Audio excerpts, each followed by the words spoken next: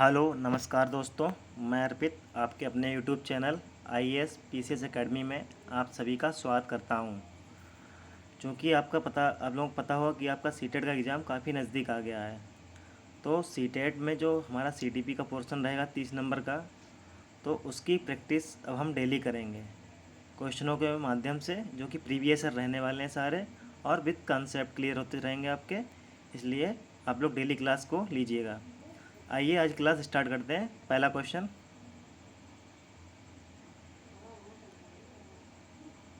शिक्षा के क्षेत्र में पाठचर्या शब्दावली की ओर संकेत करती है। मतलब क्वेश्चन कह रहा है कि जो शिक्षा के क्षेत्र में जो पाठचर्या शब्द है वो क्या चीज़ इंगित करती है, मतलब किसको प्रदर्शित करती है। तो पहला है शिक्षण पद्धति एवं पढ़ाई जाने वाली विषय वस्तु, विद्यालय का संपूर्ण कार्यक्रम जिसमें विद्यार्थी प्रतिदिन अनुभव प्राप्त करते हैं, मूल्यांकन प्रक्रिया, कक्षा में प्रयुक्त की जाने वाली पाठ्य सामग्री। देखिएगा क्या कह रहा है, हमारा ऑप्शन ए बहुत हद तक सही है, लेकिन हम ऑप्शन बी को देखिए पहले आप लोग।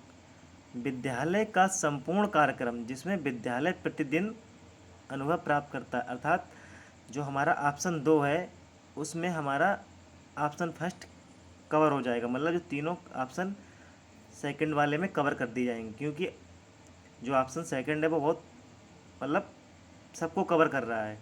तो इसलिए हमारा ऑप्शन वी हो जाएगा। क्यों? हमारी पाठ्यचर्या में क्या होगा, हमारे जो बच्चे खेलते हैं, सारे अनुभव प्राप्त करते हैं, क्या काम किया क्या नहीं किया, तो इस हिसाब से हमारा ऑप्शन बी सही बैठेगा। क्वेश्चन नंबर 2,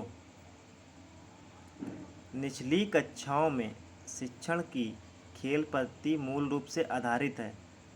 मतलब जो प्राथमिक कक्षाएं हैं, निचली मतलब प्राथमिक, उनमें जो खेल पद्धति है मूल रूप से किस पर आधारित है। तो आइए देखते हैं। शारीरिक शिक्षा कार्यक्रमों के सिद्धांतों पर, शिक्षण पद्धतियों के सिद्धांतों पर, विकास एवं वृद्धि के मनोवैज्ञानिक सिद्धांतों पर, शिक्षण के समाजशास्त्रीय सिद्धांतों पर।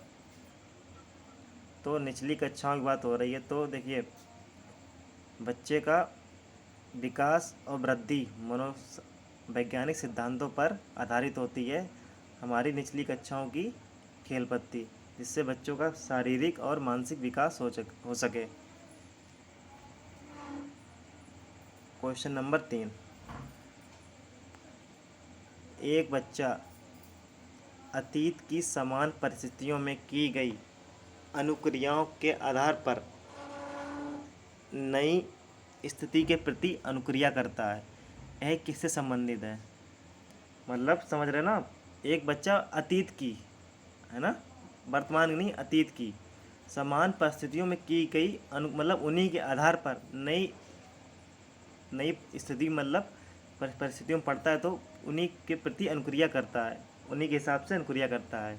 यह किससे संबंधित है?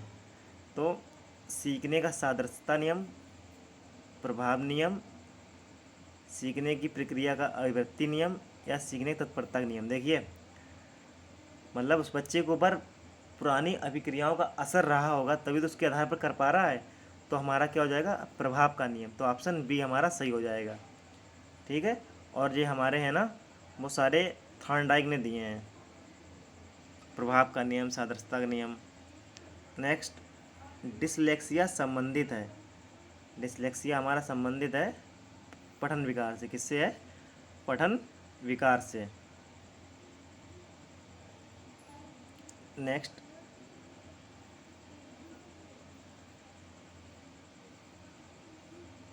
विशेष आवश्यकता वाले बच्चों को शिक्षा उपलब्ध कराई जानी चाहिए। जो बच्चा विशेष विशेष आवश्यकता वाला है उसके लिए हमें शिक्षा कैसे उपलब्ध कराई जानी चाहिए?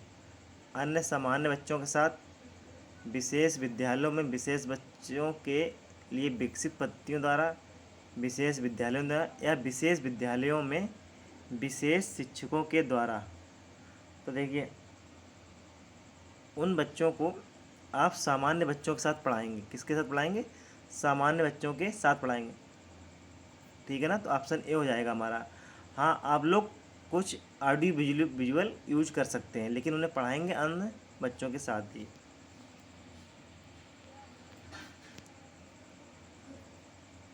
नेक्स्ट है, आकलन को उपयोगी और रोचक प्रक्रिया बनाने के लिए के प्रति सचेत होना चाहिए। मतलब आपको आकलन को उपयोगी और रोचक बनाने के लिए किसके प्रति सचेत होना चाहिए? अलग अलग विद्यार्थियों में तुलना करना, बिल्कुल नहीं, हमें बच्चों में तुलना नहीं करनी है, इससे बच्चों में क्या द्वेष उत्पन्न होगा। विद्यार्थियों को बुद्धिमान या औसत शिक्षार्थी की उपाधि देना, तो ये भी एक देश वाली भावना हो गई है भाई। किसी बच्चे से आप बुद्धिमान और किसी से कुछ कह रहे हैं तो ये गलत बात है। शैक्षिक और सह शैक्षिक क्षेत्रों में विद्यार्थियों को सीखने के बारे में जानकारी प्राप्त करने के लिए विविध तरीकों का प्रयोग करना, विविध तरीकों का प्रयोग करना।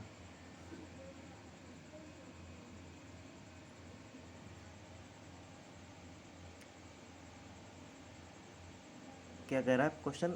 आकलन को उपयोगी और रोचक बनाने के लिए, ठीक है। नेक्स्ट ऑप्शन पढ़ते हैं हम लोग।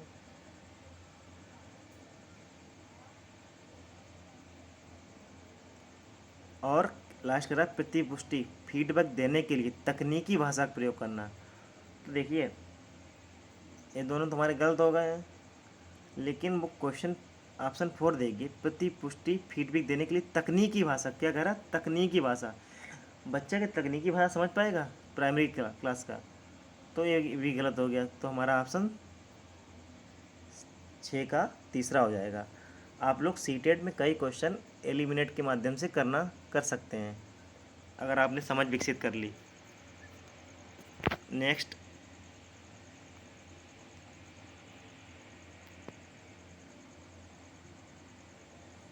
प्रतिभाशाली होने का संकेत नहीं है।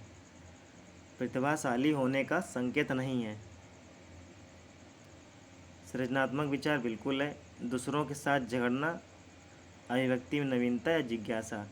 देखिए, जो प्रतिभाशाली व्यक्ति होगा उसमें सृजनात्मकता विचार होंगे, अभिव्यक्ति में नवीनता होगी, मतलब वो कुछ नए वर्डों को अभिव्यक्त करेगा, जिज्ञासा और जिज्ञासु होगा। लेकिन दूसरों के साथ झगड़ना कोई प्रतिभाशाली होने का संकेत नहीं है।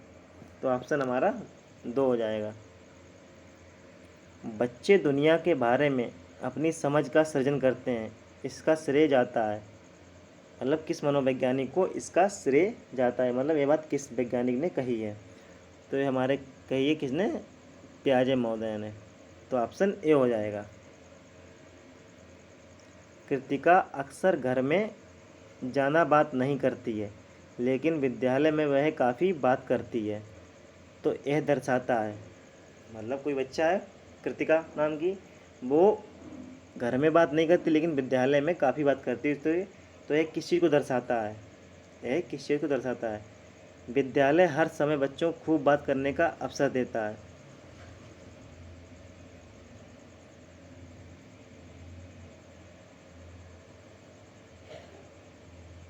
अगला पढ़ते हैं।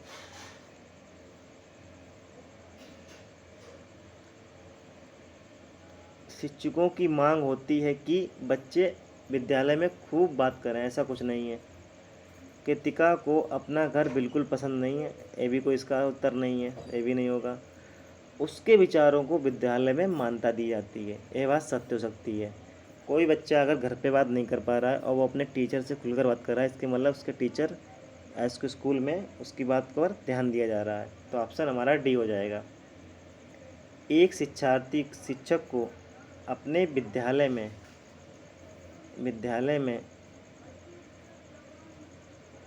एक शिक्षक को अपने विद्यार्थियों की क्षमताओं को समझने का प्रयास करना चाहिए। निम्नलिखित में से कौन सा क्षेत्र इस उद्देश्य के संबंध है? ठीक है ना।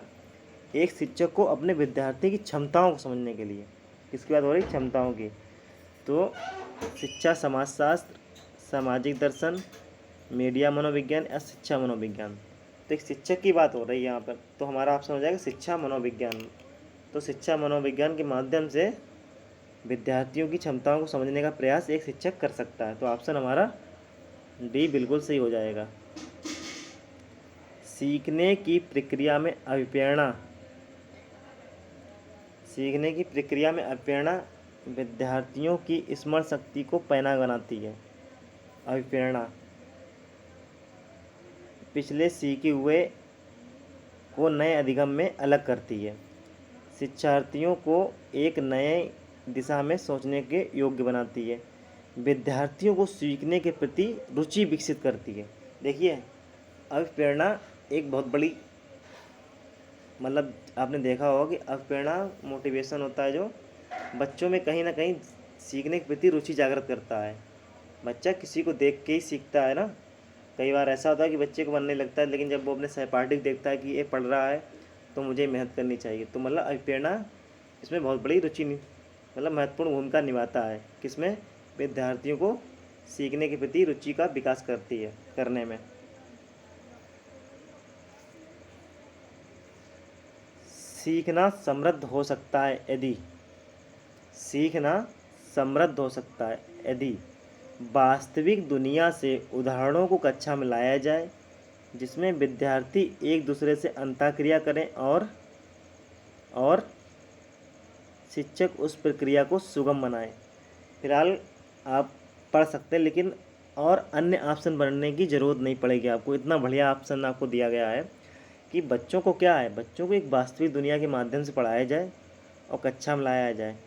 इसमें विद्यार्थी एक दूसरे आपस में अंतःक्रिया करें, एक दूसरे से क्वेश्चन पुटअप कर सकते हैं, एक दूसरे से खेल में सहभागी बन सकते हैं और फिर शिक्षक को उस प्रक्रिया को सुगम बनाना है। मान लीजिए कहीं बच्चे अटक जाते हैं, कहीं प्रॉब्लम आती है बच्चों को, तो एक शिक्षक उन्हें आराम से बिना डंडा बिना मार के आराम से समझा सकता है, मतलब सुगम बनाए। तो ऑप्शन हमारा पहला ही सी हो जाएगा।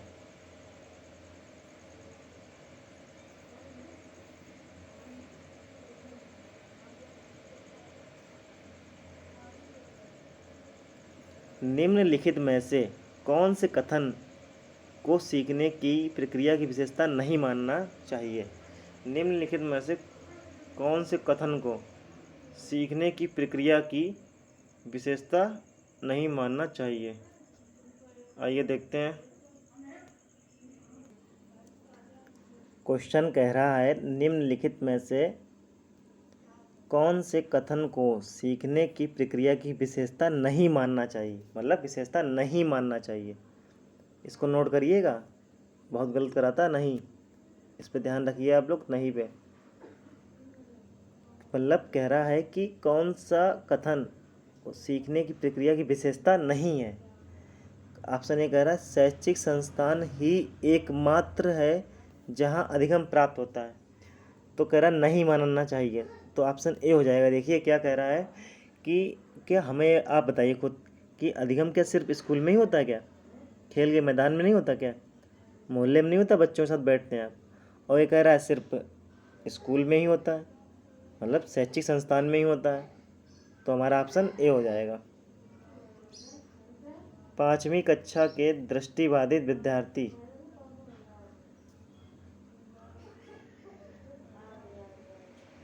5वीं कक्षा के दृष्टिबाधित विद्यार्थी है कोई, 5वीं कक्षा का दृष्टिबाधित विद्यार्थी है, को निचले स्तर के कार्य करने की छूट मिलनी चाहिए, है ना। दृष्टिबाधित छात्र, तो क्या आप उसे छोड़ दोगे इस क्लास में? नहीं ना, किसी भी काम करने के लिए। को माता पिता और मित्रों द्वारा उसे दैनिक कार्यों को करने में सहायता की जानी चाहिए। ठीक है, अभी आगे पढ़ते हैं। के साथ कक्षा में समान रूप से व्यवहार किया जाना चाहिए और श्रव्य सीडी के माध्यम से सहायता उपलब्ध कराई जाए। बिल्कुल सही। देखिए, एक बच्चा है जो थोड़ा क्या कह रहा है, दृष्टिबाधित है, तो क्या आप उसका साथ अलग व्यवहार करेंगे? उसको लिए आप समान बच्चों की तरह व्यवहार कीजिए, बस उसे देखिए उसको किसकी ज़रूरत है, तो आप श्रव्य दृश्य का उपयोग कर सकते हैं। ठीक है ना, तो ऑप्शन हमारा D14 का थर्ड हो जाएगा। नेक्स्ट हमारा देखिए, प्राथमिक स्तर पर एक शिक्षक में निम्न में से किस सबसे महत्वपूर्ण विशेषता मानना चाहिए? एक शिक्षक में सबसे महत्वपूर्ण विशेषता क्या होनी चाहिए? पढ़ाने की उत्सुकता, धैर्य और दृढ़ता, शिक्षण पद्धतियों और विषय का ज्ञान में दक्षता, अतः मानक भाषा में पढ़ाने में दक्षता। तो देखिए, उत्सुक तो होगा ही वो। और शिक्षण प्रतियों में दक्ष हो तो एक कोई जरूरी नहीं, लेकिन धैर्य और दृढ़वान होना चाहिए। कैसा होना चाहिए? धैर्य और दृढ़वान। तो ऑप्शन हमारा बी हो जाएगा। तो ये हमारे आज के 15 क्वेश्चन रहे। अब आपको कल से डेली प्रतिदिन 30 क्वेश्चन की सीरीज मिलेगी। धन्यवाद। जय हिंद। कमेंट बताइएगा कैसी ली क्लास। धन्यवाद।